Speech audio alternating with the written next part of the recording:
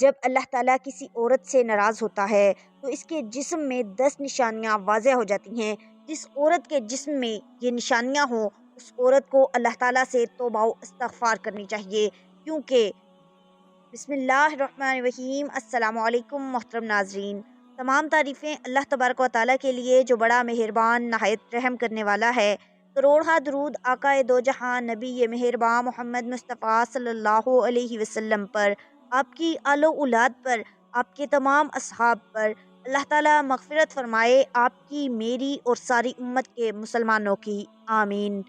محترم ناظرین، اسلام سے قبل عورت کی حالت زار قابل بیاں تھی۔ عورت کو محض بچے پیدا کرنے، خاوند اور بچوں کی خدمت کے قابل ہی سمجھا جاتا تھا۔ عرب معاشرے میں عورتوں کے خلاف شدید نفرت پائی جاتی تھی۔ گھر میں عورت کے وجود کو مرد اپنی توہین سمجھتا تھا۔ عرب معاشرے میں بچیوں کو زندہ دفن کرنے کا بھی رواج تھا، لیکن جب اسلام کا سورج عرب کی سرزمین پر طلوع ہوا تو اس سے عورت کی تاریک زندگی میں بھی روشنی کی بارش ہونے لگی۔ اسلام نے عورت کو وہ حقوق دیے،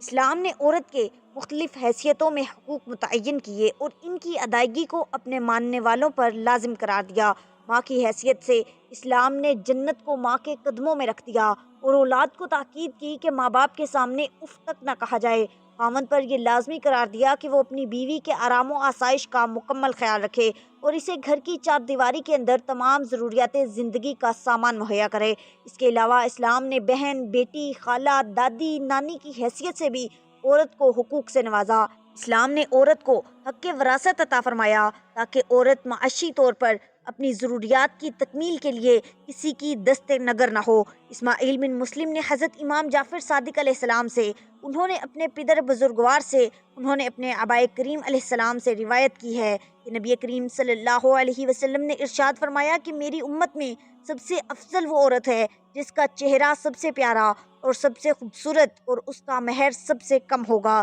اسلام نے عورت کو اعلیٰ مقام دیا ہے۔ اسلام کی نظر میں انسانی لحاظ سے مرد اور عورت دونوں برابر ہیں، لہٰذا مرد کے لیے اس کی مردانگی قابل فخر نہیں ہے اور نہ عورت کے لیے اس کی نسوانیت باعث شرم کی بات ہے۔ ہر فرد کی زندگی میں عورت کسی نہ کسی صورت میں ایک مؤثر کردار ادا کرتی ہے۔ ایک متوازن اور ترقی یافتہ معاشرے کی بنیاد رکھنے میں عورت کو بہت اہمیت حاصل ہے۔ قرآن مجید اور سنت رسول صلی اللہ علیہ وسلم میں عورت کے مقام کے بارے میں کئی آیات اور حدیث موجود ہیں۔ عورت خواہ ماں، بہن، بیوی یا بیٹی ہو، اسلام نے ان میں سے ہر ایک کے حقوق و فرائض کو تفصیل کے ساتھ بیان کیا ہے۔ کسی بھی انسان کے لیے ماں ہی زندگی کا مصدر ہوتی ہے، وہی دنیا میں اس کی آمد اور بقا کا سبب ہوتی ہے۔ اسی لیے اس کا شکر ادا کرنا، اس کے ساتھ نیکی سے پیش آنا اور خدمت کرنا عورت کے اہم ترین حقوق میں سے ہے۔ حسن سلوک اور اچھے اخلاق سے پیش آنے کے سلسلے میں ماں کا حق باپ سے زیادہ ہے،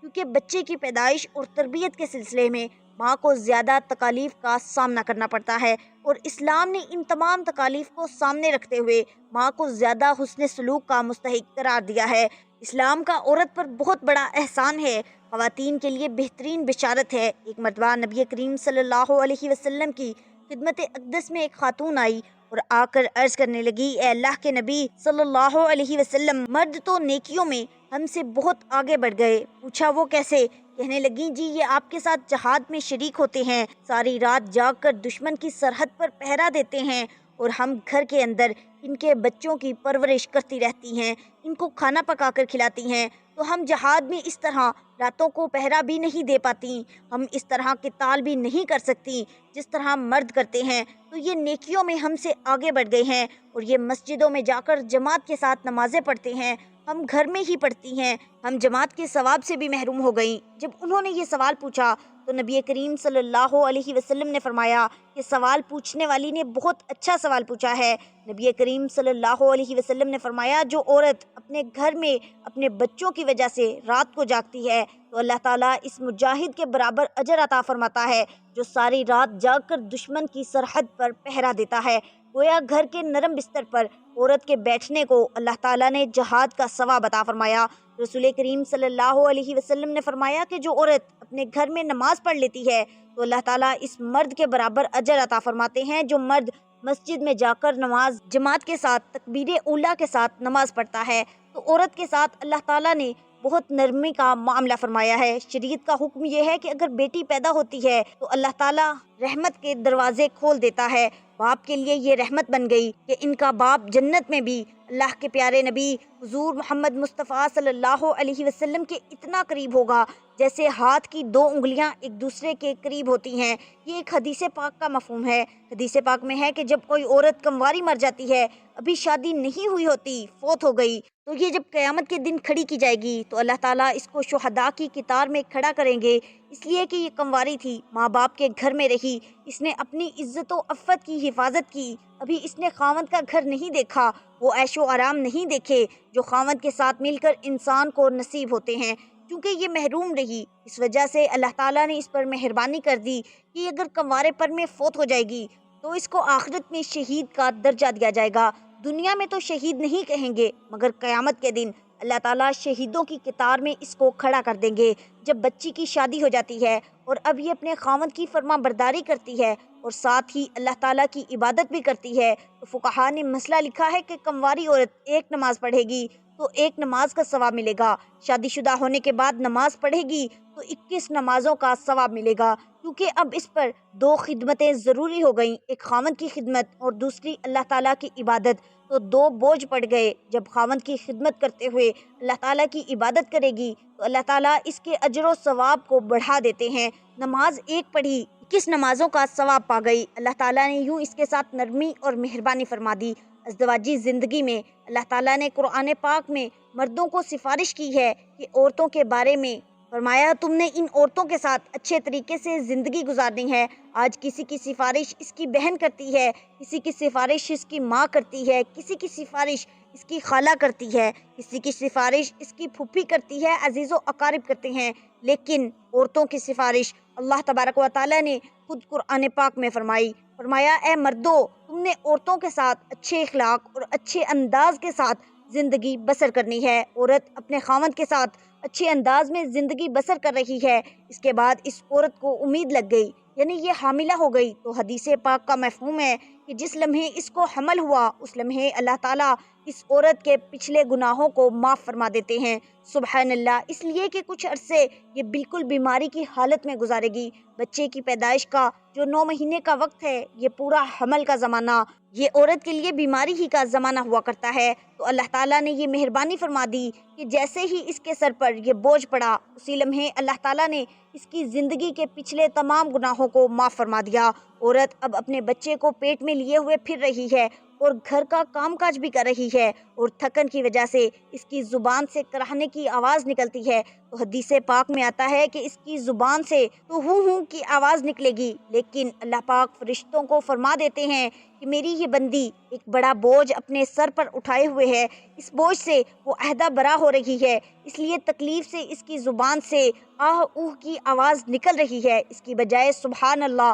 الحمدللہ، اللہ اکبر کہنے کا ثواب اس کے نامہ اعمال میں لکھا جائے۔ زبان سے تو آئے ہائے کہے گی، مگر نامہ اعمال میں سبحان اللہ، الحمدللہ، اللہ اکبر کہنے کا اجر لکھا جائے گا۔ جب بچے کی پیدائش کا وقت قریب ہوا تو درد محسوس ہو رہی ہے، وہ دردیں ایسی ہوتی ہیں کہ لگیں پھر ٹھہر گئیں، پھر لگیں پھر ٹھہر گئیں۔ حدیث پاک میں آتا ہے کہ ہر دفعہ عورت کو درد محسوس ہوتی ہے، اللہ تعالیٰ اس کو ایک عربی نسل غلام آزاد کرنے کا ثواب عطا فرما دیتے ہیں۔ ہر درد پر ایک عربی نسل کا غلام آزاد کرنے کا ثواب اس کے نامہ اعمال میں لکھا جاتا ہے، جبکہ دوسری حدیث پاک میں ہے کہ جس نے کسی ایک غلام کو آزاد کیا اللہ تعالیٰ اس کو جہنم سے بری فرما دیتے ہیں۔ اب دیکھیے کہ عورت کے ساتھ نرمی کا کیا معاملہ کیا گیا ہے کہ ہر درد اٹھنے پر ایک عربی نسل کا غلام آزاد کرنے کا ثواب لکھا گیا۔ اگر بچے کی پیدائش کے دوران یہ عورت فوت ہو گئی تو حدیث پاک میں آیا ہے کہ یہ عورت شہید مری، قیامت کے دن اس کو شہیدوں کی قطار میں کھڑا کر دیا جائے گا۔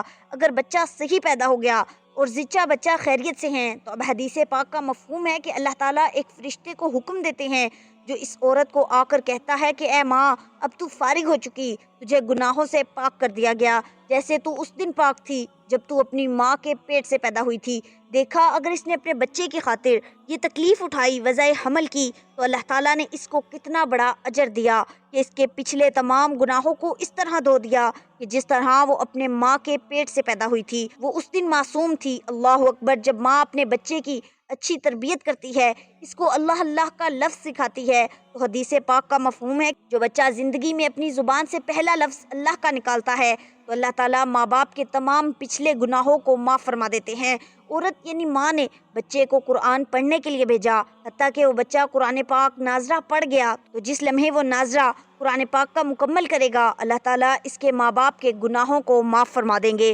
اگر بیٹے یا بیٹی کو قرآن پاک کا حفظ کرنے کے لیے ڈالا گیا اور وہ حافظ بن گیا، جب وہ بیٹی یا بیٹا حافظ بن گئے تو حدیث پاک کا مفہوم ہے کہ اللہ تعالیٰ قیامت کے دن اس کے ماں باپ کو نور کا ایسا تاج پہنائیں گے کہ جس کی روشنی سورج کی روشنی سے بھی زیادہ ہوگی، بلکہ سورج کسی کے گھر میں آ جائے تو اس کے گھر میں اتنی روشنی نہیں ہوگی جتنا اس نور کے بنے ہوئے تاج میں سے روشنی ہوگی۔ لوگ حیران ہوں گے، پوچھیں گے کہ یہ کون ہے؟ ان کو کہا جائے گا یہ تو انبیاء بھی نہیں، شہداء بھی نہیں، بلکہ یہ وہ خوش نصیب والدین ہیں جنہوں نے اپنے بیٹے یا بیٹی کو قرآن پاک حفظ کروایا تھا۔ آج اللہ تعالیٰ نے نور کے بنے ہوئے تاج ان کے سروں پر رکھ دیے ہیں تو دیکھا قدم قدم پر اجر و ثواب مل رہا ہے۔ یہ عورت اپنے گھر کا کام کاج کرتی ہے تو کام کاج کرنے پر بھی اجر و ثواب دیا جاتا ہے۔ مثلا کوئی بھی عورت جو گھر کے اندر صفائی کا کام نہیں کرتی، گھر کے اندر اپنے کپڑے نہیں دھوتی یا گھر کے اندر کھانا نہیں پکاتی، یہ کام تو عورتیں گھر میں کرتی ہی ہیں، اس پر بھی اجر و ثواب عطا کیا جاتا ہے۔ ایک حدیث پاک کا مفہوم ہے، فرمایا گیا کہ جو عورت اپنے خاوند کے گھر میں کوئی بے ترتیب پڑی ہوئی چیز اٹھا کر ترتیب کے ساتھ رکھ دیتی ہے تو اللہ تعالیٰ ایک نیکی عطا فرما دیتے ہیں، ایک گناہ معاف فرما دیتے ہیں اور جنت میں ایک درجہ بلند فرما دیتے ہیں۔ اب عورتیں روزانہ کتنی چیزوں کو گھر میں ترتیب سے رکھتی ہیں، کچن کی چیزوں کو ہی لے لیں تو میرا خیال ہے کہ کم و بیش 50 چیزوں کو ترتیب سے رکھتی ہی ہوں گی۔ وہ کون سی بیٹی ہوگی جس کی شادی ہو اور واپس اپنے ماں باپ کو ملنے کے لیے نہ آئے؟ سبھی بیٹیاں آتی ہیں، سبھی بچیاں آتی ہیں، مگر نیت کیا ہوتی ہے؟ جی بس میں امی سے ملنے جا رہی ہوں، یہ نیت نہیں ہوتی کہ میرے اس عمل سے بھی اللہ تعالیٰ راضی ہوں گے۔ حدیث پاک میں آتا ہے جس کا مفہوم ہے کہ جس بچی کی شادی ہو جائے اور وہ اپنے ماں باپ کی زیارت کی نیت کر لے کہ میں اپنے ماں باپ سے ملنے جا رہی ہوں اور شوہر سے اجازت لے کر جائے اور دل میں یہ ہو کہ اس عمل سے اللہ راضی ہوں گے تو اللہ تعالیٰ ہر قدم پر اس کو 100 نیکیاں عطا فرما دیتے ہیں، 100 گناہ معاف فرما دیتے ہیں اور جنت میں 100 درجے بلند کر دیتے ہیں۔ اب بتائیے ایک عورت، ایک بیٹی جو اپنے ماں باپ کی زیارت کے لیے اس نیت سے آ رہی ہے کہ اس عمل سے اللہ راضی ہوں گے، حدیث پاک کا مفہوم ہے کہ ہر قدم اٹھانے پر اسے 100 نیکیاں ملیں گی، 100 گناہ معاف ہوں گے اور جنت میں 100 درجے بلند کر دیے جائیں گے۔ حدیث پاک میں آتا ہے کہ اگر بیٹی ماں باپ کے گھر آئی اور ان کے چہرے پر اس نے عقیدت کی نظر ڈالی، محبت کی نظر ڈالی جو ماں باپ کو نصیب ہوتی ہے، تو اللہ تعالیٰ ہر نظر ڈالنے پر اس کو ایک حج یا عمرہ کرنے کا ثواب عطا فرمائیں گے۔ صحابہ کرام رضوان اللہ تعالی علیہم اجمعین نے پوچھا، یا رسول اللہ صلی اللہ علیہ وسلم، جو آدمی اپنے ماں باپ کو بار بار محبت اور عقیدت کی نظر سے دیکھے تو اللہ تعالیٰ کے نبی حضرت محمد مصطفیٰ صلی اللہ علیہ وسلم نے فرمایا جتنی بار دیکھیں گے اتنی بار حج یا عمرے کا ثواب عطا کیا جائے گا۔ یہ باتیں ہمیں معلوم نہیں ہوتی، اسی لیے ہم ان کے اجر و ثواب سے محروم رہ جاتے ہیں۔ محترم ناظرین، جب اللہ تعالیٰ کسی عورت سے ناراض ہوتا ہے تو پھر اس کے جسم میں کون کون سی 10 نشانیاں واضح ہو جاتی ہیں۔ محترم ناظرین، نیک اعمال ایک مسلمان کا راس المال ہے، انہی کے لیے وہ پیدا ہوا، انہی کا حساب ہوگا اور انہی پر اس کی دنیا کی پاکیزہ زندگی اور آخرت میں جنت کی زندگی کا دار و مدار ہے۔ اللہ اور نبی کریم صلی اللہ علیہ وسلم نے نیک اعمال کی طرف رغبت دلائی ہے، اس کے ساتھ ہی اللہ تبارک و تعالیٰ نے اپنے بندوں کے نیک اعمال قبول کرنے اور ان پر دنیا و آخرت میں بہترین اجر و ثواب دینے کا وعدہ کیا ہے۔ فرمان الہی ہے، اور جو بھی نیک کام کرے گا چاہے وہ مرد ہو یا عورت، بشرط یہ کہ وہ صاحب ایمان بھی ہو، ان سب کو جنت میں داخل کیا جائے گا اور کھجور کی گٹلی کی شگاف بھی ان کا حق نہ مارا جائے گا۔ سورۃ النساء۔ بس ثابت ہوا کہ اللہ تعالیٰ کسی مسلمان مرد یا عورت کا چھوٹے سے چھوٹا عمل بھی ضائع نہ ہونے دے گا۔ محترم ناظرین، اب بات کرتے ہیں کہ نیکی کے کاموں کی جانب رغبت اور شوق کا ہونا بھی دراصل اللہ تبارک و تعالیٰ کی ایک بہت ہی بڑی رحمت اور سعادت ہے۔ اللہ تبارک و تعالیٰ نیکی کی ہدایت ہر انسان کو نہیں دیتا، جیسا کہ اللہ تعالیٰ قرآن مجید میں مختلف جگہوں پر ارشاد فرماتا ہے کہ اللہ تعالیٰ جسے چاہے ہدایت دیتا ہے اور جسے چاہے گمراہوں میں شامل کر دیتا ہے، اور جب اللہ تبارک و تعالیٰ کسی کو گمراہ کرتا ہے تو پھر اس کا ٹھکانہ ہمیشہ ہمیشہ کے لیے جہنم کی آگ ہے۔ معلوم ہوا کہ گمراہی سے حفاظت اور نیکی کی جانب رغبت یہ سب اللہ تعالیٰ ہی کی جانب سے ہے، لیکن جو لوگ ہدایت کے طلبگار ہوں، خواہ وہ کوئی مرد ہو یا عورت، اللہ تبارک و تعالیٰ اسے نیکی اور ہدایت کے راستے پر ضرور چلاتا ہے۔ محترم ناظرین، اس ویڈیو میں بات کریں گے ان عورتوں کے بارے میں جن کو اللہ تبارک و تعالیٰ ہدایت نہیں فرماتا اور انہیں گمراہی کی دلدل میں ڈال دیتا ہے۔ پھر جب یہ عورتیں گمراہی کی دلدل میں دھنس جاتی ہیں تو اکثر اوقات ان کے جسم میں 10 نشانیاں واضح ہو جاتی ہیں۔ یہ ضروری نہیں کہ یہ تمام نشانیاں واضح ہو جائیں، لیکن ان 10 نشانیوں میں سے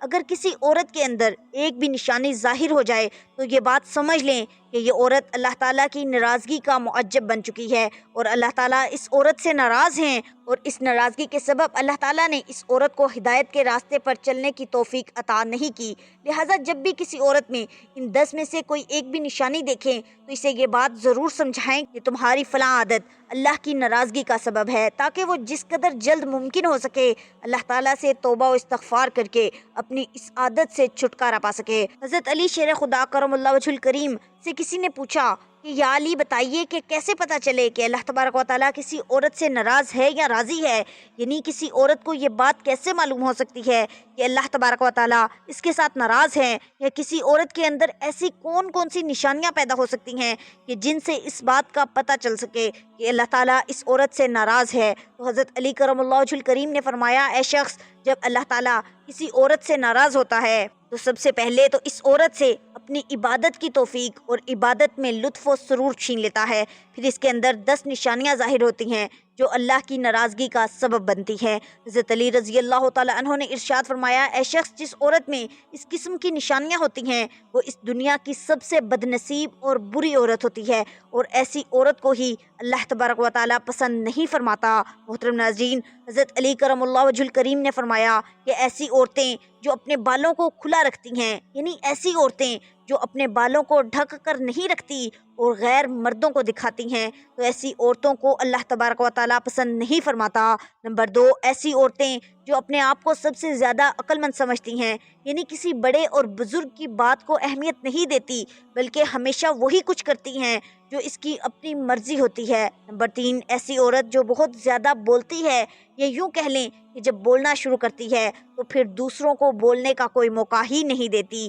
تو ایسی عورت سے بھی اللہ تعالیٰ نفرت کا اور اپنی ناراضگی کا اظہار فرماتا ہے، اور یقیناً اس کی یہ عادت ایک بہت ہی بری عادت ہے۔ نمبر 4، ایسی عورت جو ہر وقت اپنے کمرے میں لیٹی رہے اور سوئی رہے اور جو زیادہ سوتی ہے، یعنی جس پر ہر وقت نیند کا غلبہ چھایا رہے، تو ایسی عورت بھی اللہ تعالیٰ کو پسند نہیں ہے۔ نمبر 5، ایسی عورت جو چیخ چیخ کر بولتی ہے، یعنی ایسی عورت جو اپنے شوہر سے اونچی آواز میں بولتی ہے، تو ایسی عورت کو بھی اللہ تبارک و تعالیٰ پسند نہیں فرماتا۔ نمبر 6، چھٹی نشانی کافی خطرناک ہے، اور اللہ کی ناپسندیدہ عورتوں کے اس نشانی کے سبب آج پورا اسلامی معاشرہ زوال اور تنزلی کا شکار ہو چکا ہے۔ جہنمی عورتوں کی اس نشانی کے سبب لوگوں کے گھروں کے گھر اجڑ چکے ہیں اور معاشرے میں خطرناک بگاڑ پیدا ہوتا ہے۔ ایسی عورتیں نہ صرف خود جہنم کا ایندھن بنتی ہیں بلکہ اپنے ساتھ ساتھ معاشرے کے بہت سے لوگوں کو بھی جہنم کی راہ دکھاتی ہیں۔ ایسی عورت جو باریک لباس زیب کرتی ہے،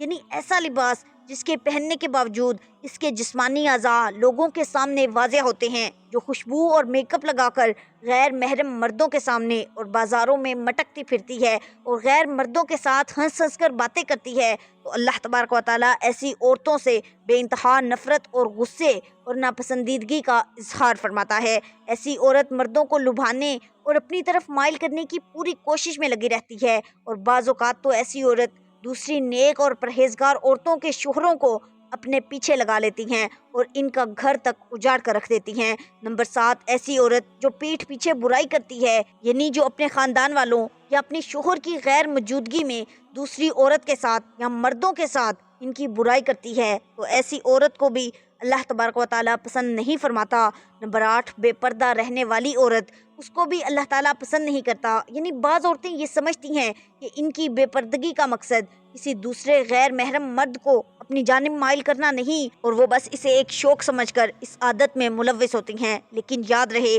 خواہ بے پردگی کا مقصد دوسرے مردوں کو اپنی جانب کرنا ہو یا نہ ہو، لیکن ہر طرح کی بے پردگی دراصل بے حیائی میں شمار ہوتی ہے۔ اللہ تبارک و تعالیٰ نے مسلمان عورتوں کے لیے پردہ لازم کیا ہے۔ نمبر 9، ایسی عورت جو بات بات پر جھوٹ بولتی ہو، دوسروں میں فتنہ و فساد کرواتی ہو، دوسروں میں لڑائی کروانے کی خاطر غلط بیانی سے کام لیتی ہو، ایسی عورت کو بھی اللہ تعالیٰ پسند نہیں فرماتا۔ نمبر 10، ایسی عورت جو اپنے شوہر کی نافرمانی کرتی ہو، بات بات پہ اس کا دل دکھاتی ہو، اس کا کہا نہ مانتی ہو اور خود کو شوہر سے برتر سمجھتی ہو، تو ایسی عورت کو بھی اللہ تعالیٰ پسند نہیں فرماتا۔ حضرت ابو ہریرہ رضی اللہ تعالیٰ عنہ سے روایت ہے کہ رسول اللہ صلی اللہ علیہ وسلم نے فرمایا، جہنم میں جانے والی 2 قسمیں ایسی ہیں جو میں نے ابھی تک نہیں دیکھی۔ ان میں سے ایک وہ لوگ جن کے پاس بیل کی دموں کی طرح کوڑے ہوں گے، جن میں سے وہ لوگوں کو یعنی رعایا کو ماریں گے۔ دوسری قسم ان عورتوں کی جو کپڑے پہننے کے باوجود ننگی ہوتی ہیں، مردوں کو بہکانے والیاں اور خود بہکنے والیاں، ان کے سر بختی اور اونٹوں کی کوہان کی طرح بالوں میں اونچے اونچے جوڑے لگانے کی وجہ سے ایک طرف جھکے ہوں گے۔ ایسی عورتیں جنت میں جائیں گی، نہ جنت کی خوشبو سونگھ سکیں گی، حالانکہ جنت کی خوشبو طویل مسافت سے آتی ہے۔ نبی کریم صلی اللہ علیہ وسلم نے عورتوں کو چند نصیحتیں فرمائیں۔ ایسے راستوں پر نہ چلیں جہاں مردوں کی ریل پیل ہو، بلکہ کنارے کنارے چلتے ہوئے راستہ طے کریں۔ غیر محرم مردوں سے تنہائی میں نہ ملیں، اس لیے کہ اس وقت تیسرا شیطان ہوتا ہے جو برائی کروانے کی بھرپور کوشش کرتا ہے۔ دیور جیٹھ وغیرہ سے بھی تنہائی میں نہ ملیں۔ غیر محرم کے ساتھ سفر سے اجتناب کریں۔ بازار بدترین جگہ ہے، بلا ضرورت بازار نہ جائیں۔ خوشبو لگا کر اور باریک لباس پہن کر گھر سے نہ نکلیں، اس لیے کہ یہ عریانی اور دعوت گناہ ہے۔ اپنے شوہر کی برائیاں بیان نہ کریں، اپنے شوہر کی نافرمانی نہ کریں۔ شوہر کی عدم موجودگی میں اپنی عزت، مال و اولاد کی حفاظت کریں۔ ان تمام نصیحتوں پر عمل کرنے سے